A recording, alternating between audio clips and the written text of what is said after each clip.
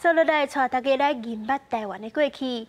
伫咧新北的新店有一间安康接待室，是过去威权时期咧征信政治犯的所在。总统蔡英文甲行政院长苏贞昌，阁有捌互关伫咧遐监察院院长陈菊。伫咧今仔日，也就是228的前一天去遐视察。总统蔡英文是强调讲，无论是台湾的民主发展，也是转型的正义，拢绝对会继续向前行，袂停落来。行伫黑暗无见光的走廊，这是过去关政治犯的秘密场所——安康接待室。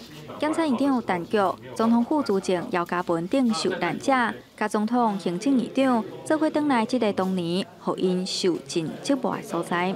我们是眼睛被蒙着，然后双手环铐，然后载着那个警总跟调查局压着车子，就送到现在的安康调查处。我并不知道我要送到哪里。当时非法的羁押侦讯、暂禁的刑求，都发生伫这一间黑暗的房间内。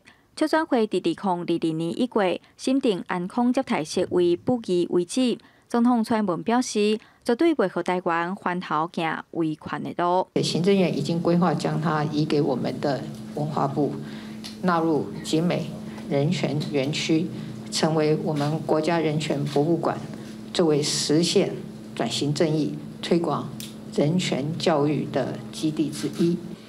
这个安康不义遗址，我已经责请罗秉成政务委员整合跨部会，现在就在进行，保留遗址以及相关的资料收集和访谈等。安康接待室其实伫2021年10月，就有地方文书团体提报告知，新北市文化局2月2日召开文书审议，因为地权复杂，较建议新北市府暂缓指定告知。